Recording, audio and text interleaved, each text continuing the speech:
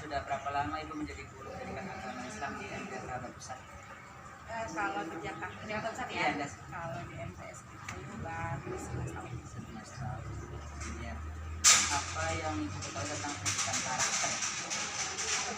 Karakter,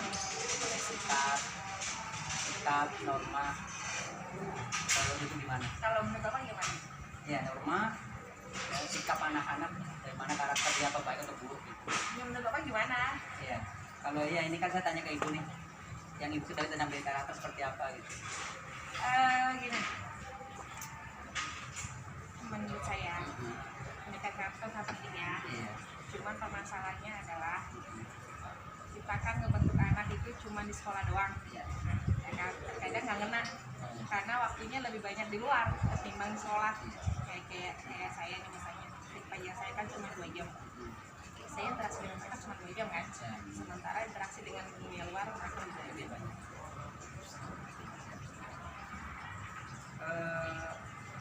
Apakah Ibu sudah menerapkan pendidikan karakter dalam proses pelajaran Al-Quran Hadis di MTS? Menerapkan ya? Belum sih, belum secara menyeluruh ya. Karena memang waktunya kan sebentar banget. Sementara di kelas kita itu kelas besar yang kemampuannya itu tidak semuanya sama, gitu kan. Jadi terkadang malah saya yang harus ngikutin mereka dulu supaya ngena gitu. Kalau misalnya saya maunya saya seperti ini, tapi ternyata mereka nggak bisa, ya saya nggak bisa maksain, gitu kan. Terus kegiatan apa saja yang diberikan kepada siswa sebelum pembelajaran dimulai? Kegiatan apa saja? Ya biasanya itu cuma nanya gimana tadi pelajaran, gitu kan. Kemudian kadang kita bikin game, gitu kan, karena kebetulan jam-jam saya itu kadang-kadang jam-jam ngantuk. Oh iya. Iya, jam-jam ngantuk. Jadi ketika jam ngantuk itu kan biar mereka bangun dulu gitu. Jadi biasanya sih kita bikin game. Bikin apa, bikin apa, lulusan apa. Anak supaya ini ya, Iya. semangat untuk belajar. Terus metode apa yang diterapkan dalam pembelajaran kelas metode?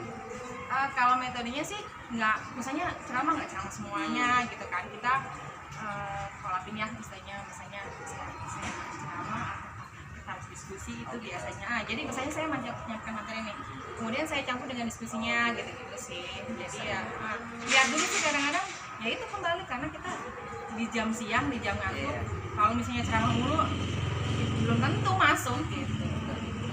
Terus bagaimana strategi Ibu dalam membentukkan karakter individu siswa mulai pelajaran Al-Quran Hadis? Kalau saya biasanya itu suka membawa mereka ke dunia nyata. Maksudnya gini loh, ketika menyampaikan suatu materi, saya pikirin dulu nih, kira-kira nanti saya misalnya hubungannya di materi tentang kehidupan keseimbangan dunia dan akhirat.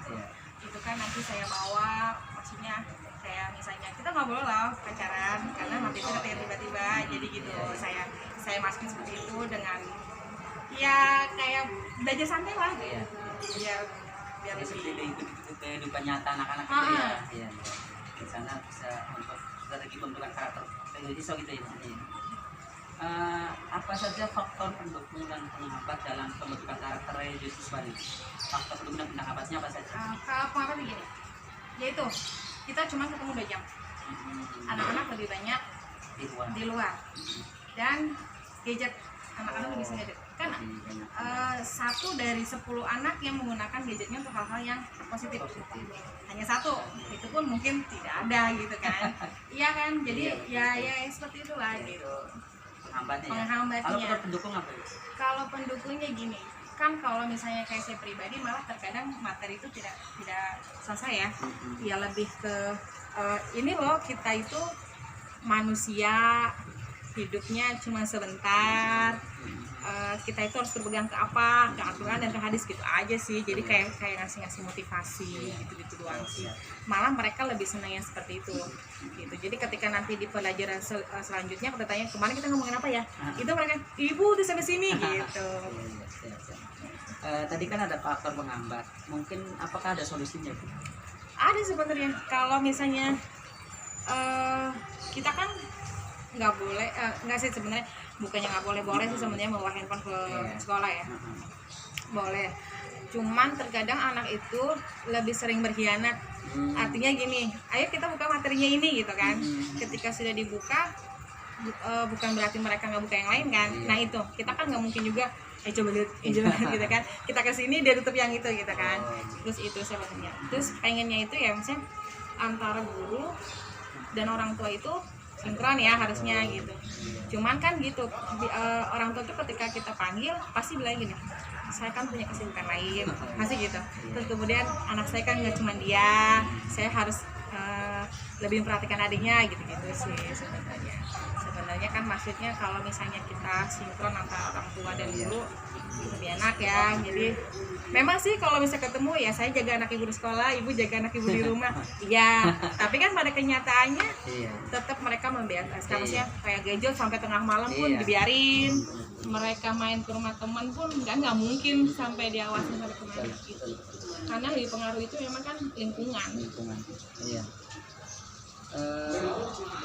Menurut Ibu, apakah siswa yang di MTS ini sudah memiliki perkembangan yang baik dalam menerapkan nilai-nilai karakter religius?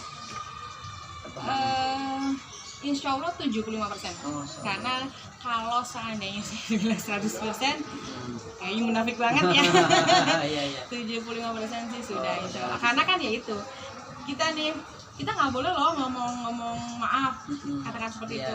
Di sekolah mungkin ketika ngomong maaf bego loh, kita kan selesai. Tapi ketika di rumah tetap aja kan kayak gitu. Nanti begitu masuk ulang lagi kayak gitu.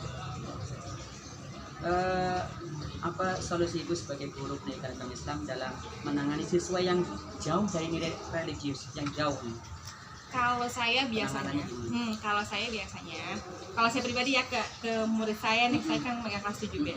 Biasanya saya panggil, saya ajak dia ngobrol berdua, nanti dia bakal curhat dengan sendirinya. Nanti setelah itu saya panggil orang tuanya. Jadi saya panggil dulu nih anaknya, nanti baru panggil orang tuanya. Atau terkadang orang tuanya sudah ngeluh misalnya nih, ini begini, anak saya tuh misalnya suka ngelawan misalnya gitu, tapi ternyata di sekolah baik gitu kan. Nah itu kan berarti saya dapat infonya dari orang tua.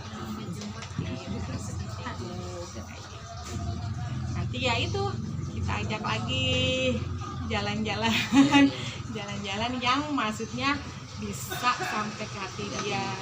Ada yang, karena saya punya kasus ya, ada dari segi materi dia cukup, tapi dia seperti itu. Saya ajak dia jalan-jalan ke daerah-daerah yang itu loh yang tanah tinggi yang tinggi saya kasih pelajaran, saya suruh lihat tuh kan, maksudnya perbedaan kamu dan dia gitu kan. Dia secara materi cukup segala macam, tapi nggak mau sekolah. Saya bilang mereka tuh pengen sekolah tetapi tidak punya biaya. Akhirnya ya mau. Jadi pendekatannya lebih dari hati-hati ya. Menurut saya. Lebih kena kan ya Bu? Ya. Terus apakah fasilitas yang ada di MTS pusat ini sudah tersedia dalam mendukung pembentukan karakter religius siswa? Ya itu, insya Allah sih mendukung ya, karena kan kita sudah ada perpus, sudah ada media, ada musolanya juga ya kan. Kalau misalnya kayak gini nih, kalau misalnya mau ngobrol-ngobrol berdua masalah anak yang misalnya kayak gitu, atau kita bisa kumpulkan beberapa anak yang bermasalah, tetapi nggak langsung ini loh masalah kamu, enggak, tapi kita ajak ngobrol di sini bisa gitu kan, sambil makan cemilan kayak gitu. Yang kayak Ibu, apakah menurut Ibu nih semua guru dan karyawan di MTS Jakarta Pusat ini sudah berperan aktif dalam pembentukan karakter religius siswa? Sudah ya. Kalau nggak sudah ya. Karena kan meskipun dia bukan pelajaran agama, tetap kan harus menerapkan itu. Sopan santunnya, kemudian tetap harus mengucapkan salam ketika bertemu, segala macam kayak gitu. Ya mungkin ini cukup Bu ya. Syukron jazakillah khairan.